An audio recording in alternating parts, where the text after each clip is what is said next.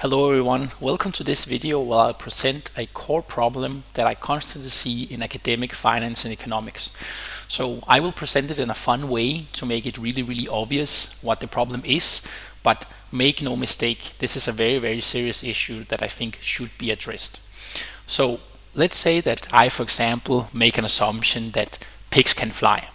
Obviously, this is a quite wrong assumption, but then after this assumption, I might make a perfect theory where I calculate the amount of force that they have in the jaw and present a theory where actually flying pigs can deliver takeaway to you.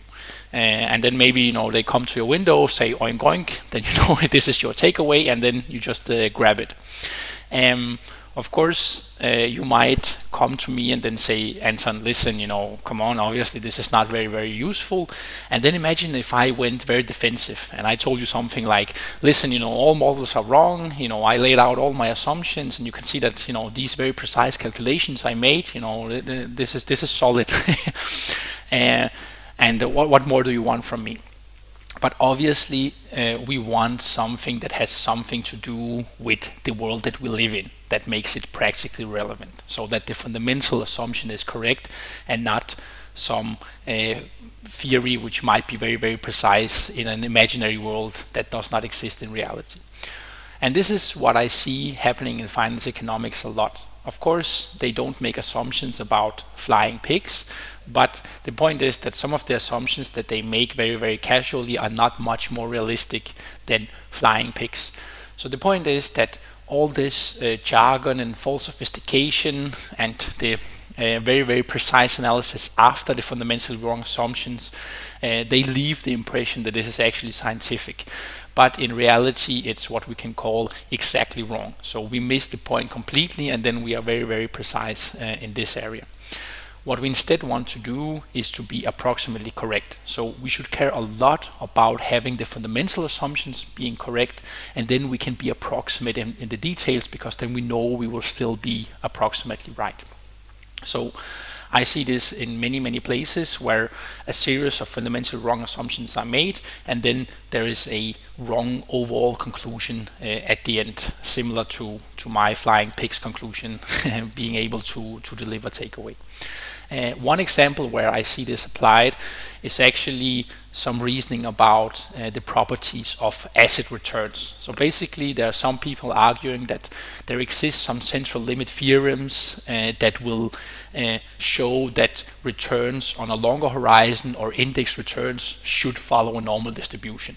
But the problem is, again, that this central limit theorem builds on several assumptions that need to be true, and you can examine all of these assumptions and see that they are not true when you look at the empirical data. And then, of course, you cannot make the overall conclusion that they make, which also does not agree with the empirical data.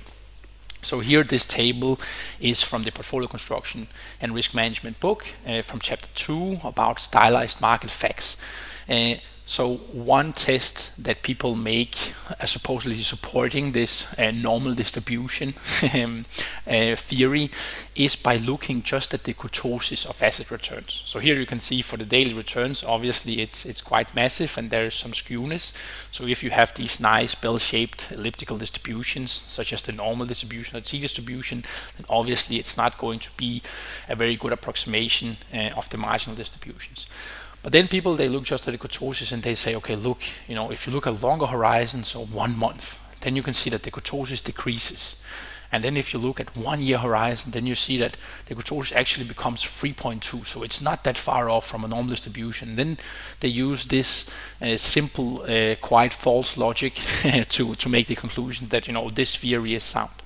In reality, it's just because there's so much content written on mean variance and elliptical distribution, covariance metric estimation, things like that.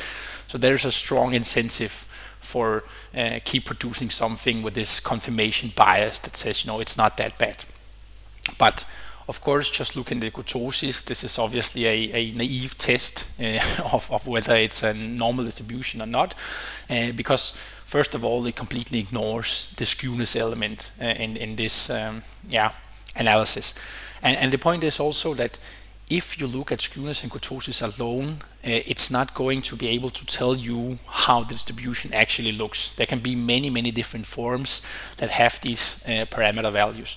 So basically here for the technology index, if we just look at distribution, then we can see that it has massive left tails and very thin right tails. So basically a low kurtosis can just be a function of having very slim upside tails and very fat left tails combined with some skewness. So here obviously you can see that even if you look at both of these parameters, how it can be misleading, and that you actually need to look at the return distributions. So basically, when you do mean variance, the reality is that you ignore many of the important assumptions that make the difference between good portfolio construction and risk management. So basically, of course, if you make an assumption that these very nasty left tails, they did not exist, and then further you make the assumption that the dependencies are the same no matter if you are in a normal market situation or in a very significant risk off, then this is a recipe for disaster, because you will build your portfolios based on something that has nothing to do with actual risk off scenarios.